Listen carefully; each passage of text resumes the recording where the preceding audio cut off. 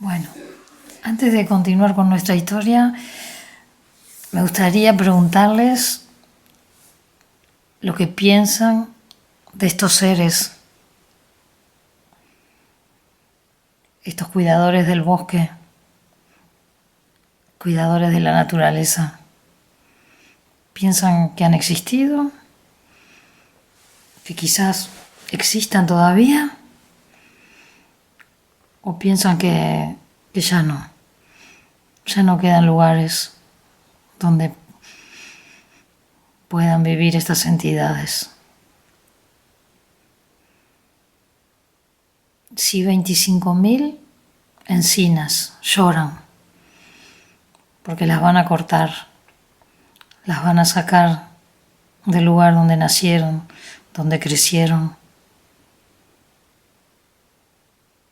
Si los bosques se queman, grandes cantidades de árboles que se pierden, estas entidades tendrán algún lugar donde vivir todavía en nuestro planeta. Me gustaría que, si pueden y quieren, dejaran una reflexión sobre ello. Y ahora vamos a continuar con nuestra historia. En el que no móvil se pone en camino. Y ahora, dijo Rodney, ha llegado el momento de emprender la búsqueda. Hablaron acerca de los gnomos y de sus costumbres. Era inútil buscar en aquel bosque o en alguno cercano, porque Globo y Bubu habían estado en todos ellos. Irían a otros bosques de secuoyas más lejanos. Rodney tiene una de esas cosas que se ven pasar tan aprisa. Nos quiere enseñar cómo funciona, dijo Bubu a su abuelo. ¿Es acaso un espíritu lo que hace funcionar? ¿Lo que lo hace funcionar?, preguntó el viejo gnomo. Creo que lo puedes llamar así, contestó Rodney. Es el espíritu del sol lo que volvemos a usar. Los hombres han aprendido a encerrar el sol y los rayos. No se debería encerrar nada, dijo Globo. En realidad no se trata de un encarcelamiento, dijo Rodney. Se permite que cambie en otra cosa. Es lo que hacen los árboles, transformar una forma de vida en otra diferente. ¿Cómo lo llamáis?, preguntó Globo. Lo llamamos automóvil, que quiere decir algo que se mueve por sí mismo. Cuando llevan gnomos, me imagino que debería llamarse gnomóvil. ¡Qué maravilla!, gritó Elizabeth, al mismo tiempo que aplaudía. ¡Qué divertido! Un viaje en gnomóvil. ¿Estás seguro de que le caeremos bien?, preguntó el prudente abuelo. Tan pronto como sepa que es un gnomóvil, dijo Rodney, comprenderá que está hecho para llevar gnomos. Y a continuación añadió, creo que no estaría nada mal que tuviéramos un poema para el gnomóvil. Esperad, por favor. Elizabeth estaba familiarizada con las extravagancias de su tío. En el momento más inesperado, sugería un poema. Entonces, le gustaba que todos estuvieran callados durante unos momentos y a continuación recitaba un poema. Según parecía, los gnomos tenían poemas entre ellos, pues se quedaron tan callados que no se oía ni un vuelo de una mosca. Al poco tiempo, Rodney comenzó. Soy el nítido gnomóvil. Las gnancias mi nombre reverencian. Gneto ignotorio en movimientos. Nocivas nociones a veces me atormentan. Siempre que un tornillo se me suelta. Una nefasta necesidad se me presenta. Toma nota y no vayas tan ligero, y te dará un coscorrón como un gnoberto. Si sabes mantener tu velocidad, nunca defraudaré tu necesidad. Mientras lo oía recitar, Elizabeth pensaba que era un poema encantador, pero cuando lo vio escrito se preguntaba si alguna vez aprendería a escribir aquellas palabras tan complicadas. El problema inmediato era el de llegar al Gnomóvil sin ser vistos. Rodney explicó que la gente mayor se emocionaba mucho cuando veían algo por primera vez y que se agrupaban alrededor para mirar. Y lo que es peor, el asunto de los gnomos encontrados en el bosque podía aparecer en los periódicos y entonces no les dejarían tranquilos. Mucha gente vendría al lugar y Globo y Bubu se verían agobiados por las llamadas obligaciones sociales. «Os llevaré al Gnomóvil envueltos en esta manta», dijo Rodney. «Luego pondré la manta en el asiento para que os podáis ocultar en caso de que alguna persona grande se acerque al Gnomóvil». Recogieron los restos de la comida y los metieron en la cesta más ligera ahora. Rodney hizo una especie de saco con la manta, en él se escondieron los dos gnomos.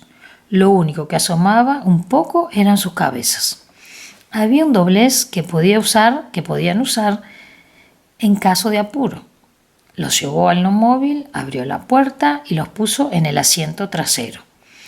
Había más coches aparcados y gente paseando, pero nadie prestaba atención a lo que Rodney estaba haciendo. Volvió a surgir otro inconveniente. Globo echó una ojeada al interior del Gnomóvil y se fijó en el marco de la ventana. Acto seguido se hundió en el asiento y cubrió su cara con las mantas. Se oyó un gemido ahogado. «¿Qué pasa?», gritó Bubu. «Es un árbol asesinado». Aquello era un auténtico problema. ¿Hasta cuándo podrían mantener esperanza de curar a un viejo gnomo su neurastenia si cada vez que veía un trozo de madera comenzaba a gimotear por el árbol asesinado? Rodney le explicó que el Gnomóvil no había sido el asesino.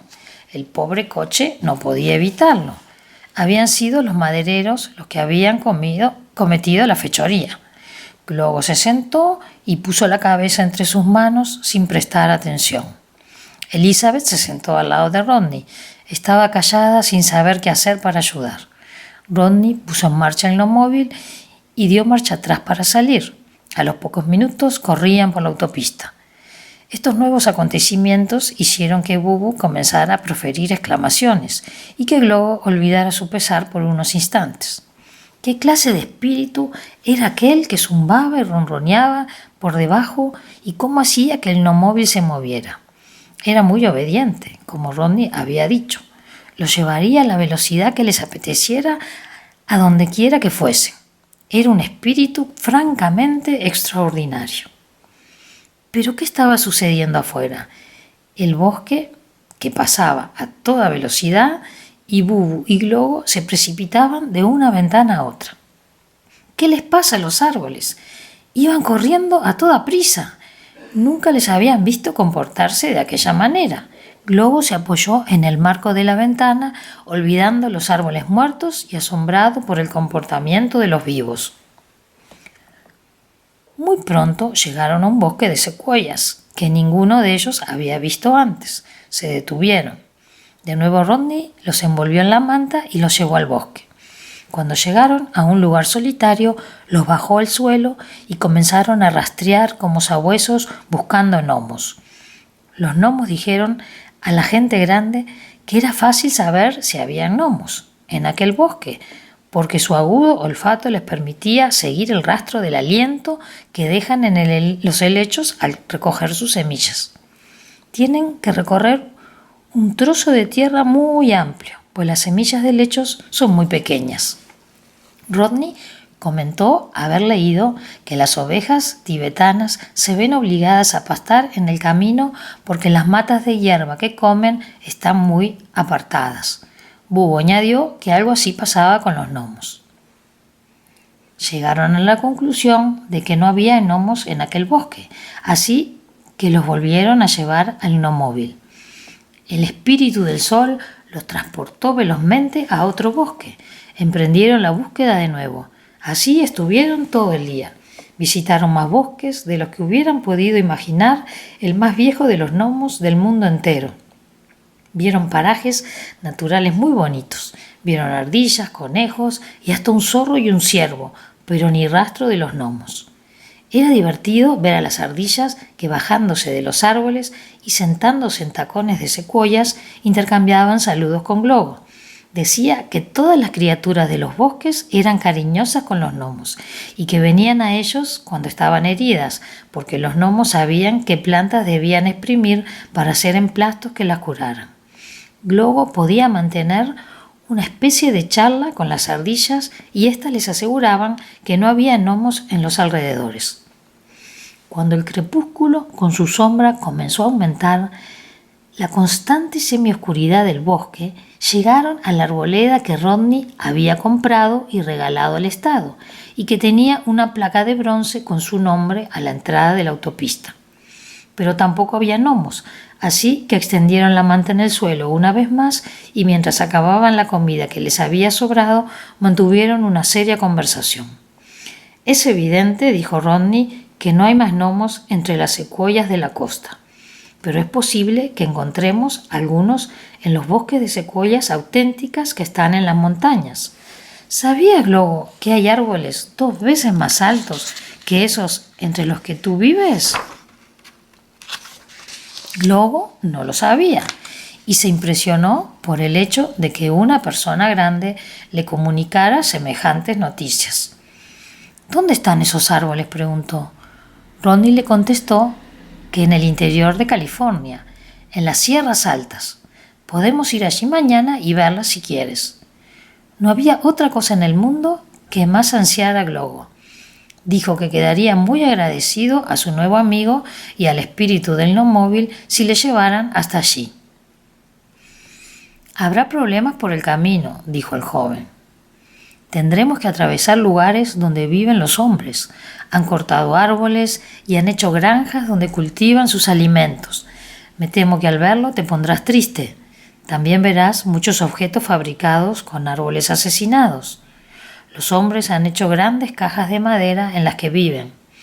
Tendrás que entrar en alguna porque date cuenta de que Elizabeth y yo tendremos que dormir en ellas, ya que no estamos acostumbrados a pasar la noche en el bosque. Tienes que tenerlo en cuenta antes de que lleguemos». Como era joven, estaba nervioso deseando ver todas aquellas cosas nuevas para él. ¿Qué podía ser peor?, pensó, que vivir como ellos lo hacían sin ningún futuro. Después de todo, Globo sabía que los árboles habían sido asesinados, se los había imaginado y verlo no iba a ser mucho peor. Lo que les interesaba era encontrar más gnomos. Si había bosques más grandes, con árboles más grandes, pudiera ser que hubiera tribus enteras de su gente habitándolos. El viejo gnomo inclinó la cabeza y dijo que estaba dispuesto a soportar cualquier dolor que pudiera ocasionarle la conducta de los hombres, pero prefería que no le vieran para no tener que hablar con ellos. Rodney aseguró que conseguiría un par de cestos de mimbre bastante grandes y con agujeros para que pudieran respirar. Con unas almohadas dentro serían también excelentes camas para gnomos. Los podrían llevar a cualquier parte y no verían más que lo que quisieran. Rodney indicó que las tiendas estarían abiertas todavía y que, si se apresuraban, podían comprar los cestos. Volvieron al gnomóvil y salieron a gran velocidad fuera del bosque, dirigiéndose hacia la ciudad. Tal y como Rodney había previsto, aquella fue una experiencia dolorosa para Globo. A la luz del atardecer, vio las laderas en las que los árboles habían sido cortados. Al verlas tan desnudas y desoladas, suspiró de pena y no pudo seguir mirando, sino que se hundió en el asiento, cayendo en un estado de melancolía. Pero Bubu, como solo tenía 100 años, estaba emocionado ante tanta novedad. Aquellos maravillosos hombres grandes habían traído las estrellas del cielo y las habían puesto en sus casas y en las autopistas. Cuando llegaban a una ciudad, veían más estrellas que en el cielo. Y hasta Globo se tuvo que incorporar y preguntar por los espíritus de aquellas luces brillantes. Aparcaron el gnomóvil en la calle, dejaron a Globo y Bubu ocultos bajo la manta y cerraron las puertas para que no fueran molestados. Luego Rodney y Elizabeth entraron en una tienda y compraron 2 cestos estupendos con asas muy fuertes. En una tienda de artículos de ocasión compraron 2 almohadas suaves, pañuelos que le servirían de sábanas, dedales de aluminio que utilizarían como tazas y papel muy suave que Elizabeth podría cortar para hacer pañuelos y servilletas para gnomos. Encontró también algún vestidos de muñecas que parecían estar hechos a medida para camisones de sus amigos. En un bar llenaron los termos con bebidas calientes y frías. Luego llevaron todos aquellos tesoros al gnomóvil, mientras Elizabeth se sentaba y les explicaba a la gente pequeña lo que habían comprado. Rodney volvió al bar y se metió en una cabina telefónica. Hizo una llamada de larga distancia a la madre de Elizabeth, introdujo varias monedas y dijo: «Petunia, hemos pasado un día fantástico y hemos tenido la suerte de encontrarnos con un viejo erudito. Es uno de los mayores del estado. Se trata del profesor Glogo, jefe del Departamento de Psicología Arbórea de la Universidad de Sequoia. Viaja con su nieto para estudiar la historia de las secuoyas gigantes. Elizabeth está encantada y además es una oportunidad de aprender para los dos. Me he ofrecido para llevarlos a ver las secuoyas del interior del estado y espero que dejes a Elizabeth venir conmigo. Cuidaré muy bien de ella». Bueno, como él esperaba, mamá se había educado en una escuela particular para señoritas y sabía más de cómo desenvolverse en un salón que de cuestiones científicas. Nunca había ido a hablar de la Universidad de Sequoia, ni tenía idea de psicología arbórea, pero nadie se lo iba a hacer confesar. Todo lo que dijo fue: «Oh, Ronnie, con lo deprisa que conduces».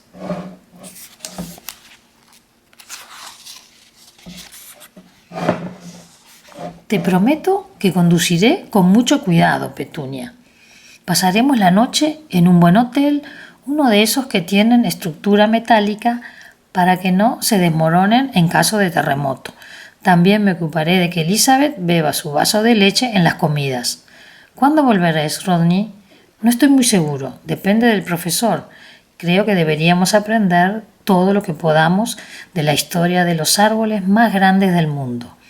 Piensa que son los más viejos de todos los seres vivos, Petunia. Además, Elizabeth está muy interesada en todo lo que el profesor dice». «Sí, es extraordinario lo que esa niña puede llegar a excitarse con los árboles. Me imagino que cansará al profesor con un montón de preguntas.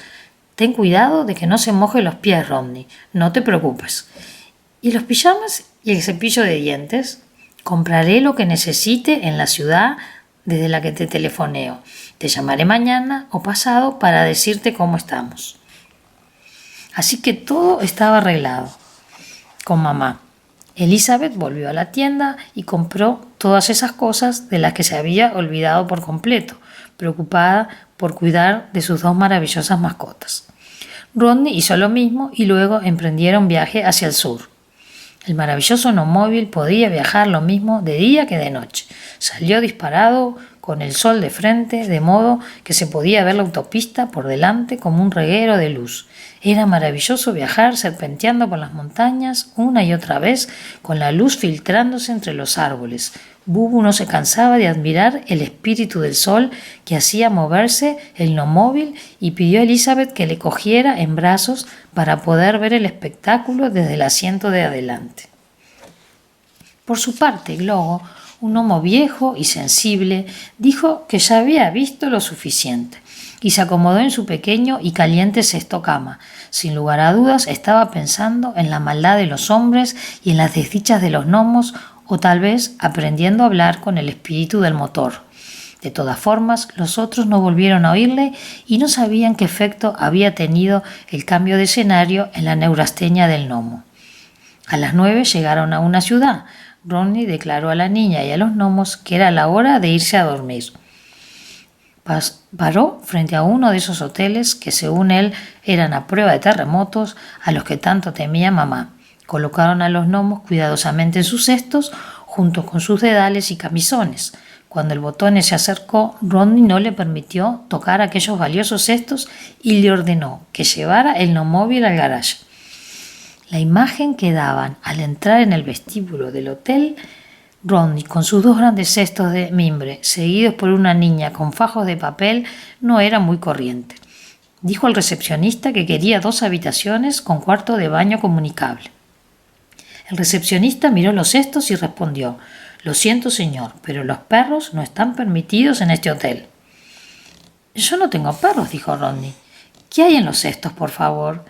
Era una dificultad en la que el huésped no había pensado y que ahora debería resolver con rapidez. «Llevo ánsares reales abisinios». Elizabeth abrió la boca y tragó saliva. Ante el asombro del recepcionista, Rodney añadió que eran unos animales muy bien educados, acostumbrados a vivir en casas muy refinadas y que no causarían ningún destrozo. Elizabeth estaba inquieta. Imagínate que el recepcionista mirara en los cestos y viera a Globo y a Bubu. Qué vergüenza para Rodney tener que admitir que estaba metiendo una bola. Es posible que el mismo recepcionista llamara a la policía y los llevaran a todos a la cárcel. Lo que éste hizo fue pedir a Rodney que esperara un momento. Llamó al gerente, que apareció enseguida, y discutieron el problema. Este mostró deseos de ver los ánsares, pero Rodney le dijo que eran confidenciales. Al final se firmó un acuerdo por escrito en el cual Rodney, al haber sido autorizado a tener 2 ánsares reales abisinios en su cuarto, se comprometía a pagar cualquier deterioro que pudieran hacer en los muebles o en las alfombras. El gerente parecía conocer el nombre de Sincebo y se mostró satisfecho con el documento.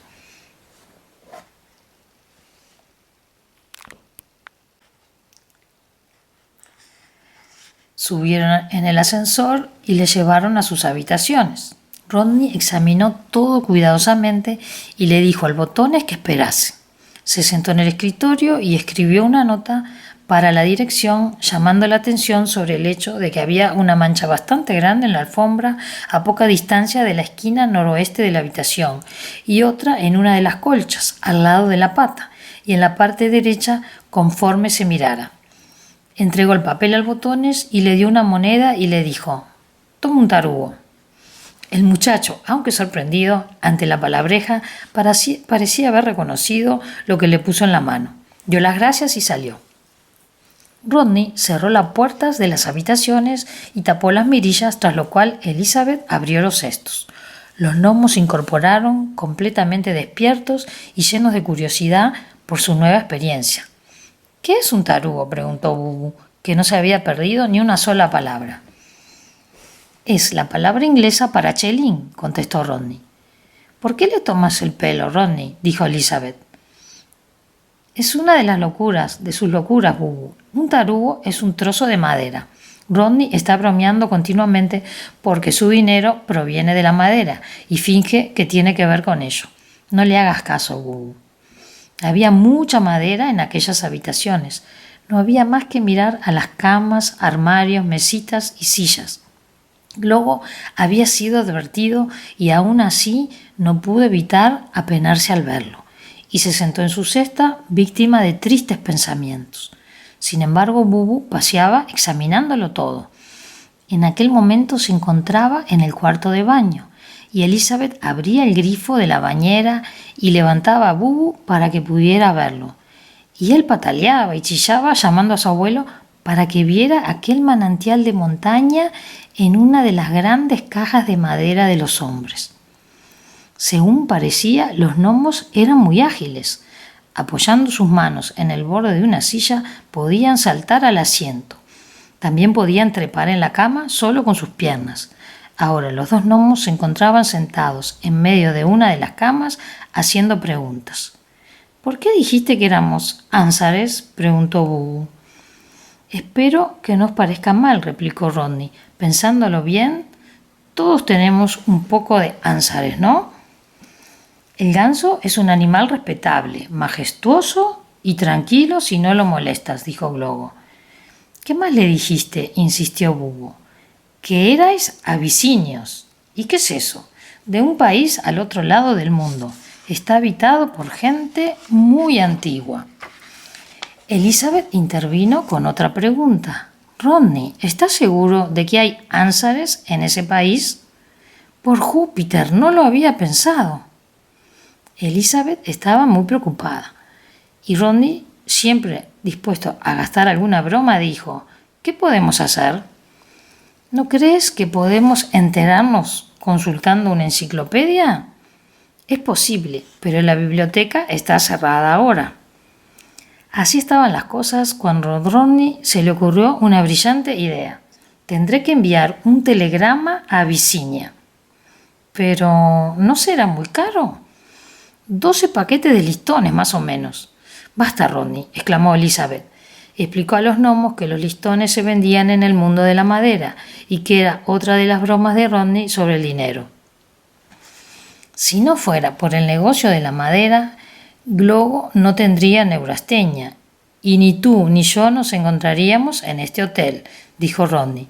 Tengo que enterarme de si hay gansos en Abisinia. Cogió el teléfono y llamó a la oficina de telégrafos. Pidió que le enviaran a un muchacho. Después se sentó en el escritorio y comenzó a escribir. Elizabeth explicó a Bubu el asunto de los telegramas. Había un espíritu maravilloso tan rápido que podía dar la vuelta al mundo varias veces en un segundo, y los hombres habían hecho un sendero por donde viajaba, que cruzaba el fondo del océano. A cambio de un poco de dinero de Rodney, o madera, como él diría, el espíritu llevaría el mensaje a ese lejano país y traería la respuesta. Mientras tú duermes, él trabaja, añadió Rodney. Luego explicó que en Abisinia era por la mañana y que la respuesta volvería cuando fuera por la mañana en California. A continuación, leyó el telegrama. Cónsul Estados Unidos, Addis Abeba, Abisinia. ¿Tenéis gansos en vuestro país? Rodney Sinseibo. Cuando llamó el muchacho, Elizabeth, después de esconder a los gnomos en el cuarto de baño, abrió la puerta. El chico no había oído hablar de Addis Abeba. Tuvo que telefonear a la oficina y esperar mientras ellos trataban de localizarla. Por fin le dijeron el precio, incluyendo una respuesta de 20 palabras, pues como apuntó Rodney, podrían tener alguna información importante sobre los gansos abisinios. Pagó al muchacho y le dijo: quédate con el cambio. Será un 2 por 4,14. El muchacho parecía desconcertado y al momento puso pies en polvorosa. Una vez más, Elizabeth tuvo que explicar a los gnomos la forma en que la madera era cortada y medida. El aspecto de los gnomos, que se habían puesto los camisones en el cuarto de baño, era muy gracioso. Se acurrucaron en sus cestos cerca de la ventana, pues eran exigentes con respecto al aire fresco. Elizabeth echó un poco de limonada del termo en un vaso y dejó los dedales al lado para que los gnomos pudieran servirse. Los gnomos beben con frecuencia, parece, porque tienen los estómagos muy pequeños. Decían que la limonada tenía un saborcillo parecido al del néctar. Luego se durmieron todos, o por lo menos esa era la impresión que producía el silencio reinante. Si Glogo seguía dándole vueltas a la cabeza a los viejos pesares de su raza, los demás no se enteraban. La brisa vespertina soplaba con suavidad en las cortinas y abajo en la calle los semáforos lucían intermitentes rojo, amarillo y verde durante toda la noche. Bubu soñaba que hacía la corte a una alegre joven junto a una secuoya gigante. Elizabeth soñaba que asistía a una reunión de ánsares que intentaban dilucidar si eran blancos o negros, ofreciéndoles 12 fardos de listones si lo decidía ella. Cuando amaneció, los gnomos abrieron sus ojos, bebieron un poco de néctar y hablaron en voz baja hasta que la gente grande dejó de roncar. Rodney cogió el teléfono y preguntó por el telegrama. Y allí estaba, gracias al veloz espíritu de la electricidad, recién llegado de Addis Abeba. Rodney leyó el mensaje. Sí, tenemos tantas clases de gansos en Abisinia como en California. ¿De qué especie eres tú, Cónsul Jones? Debería haberlo sabido, dijo Rodney. Hay gansos en todas partes.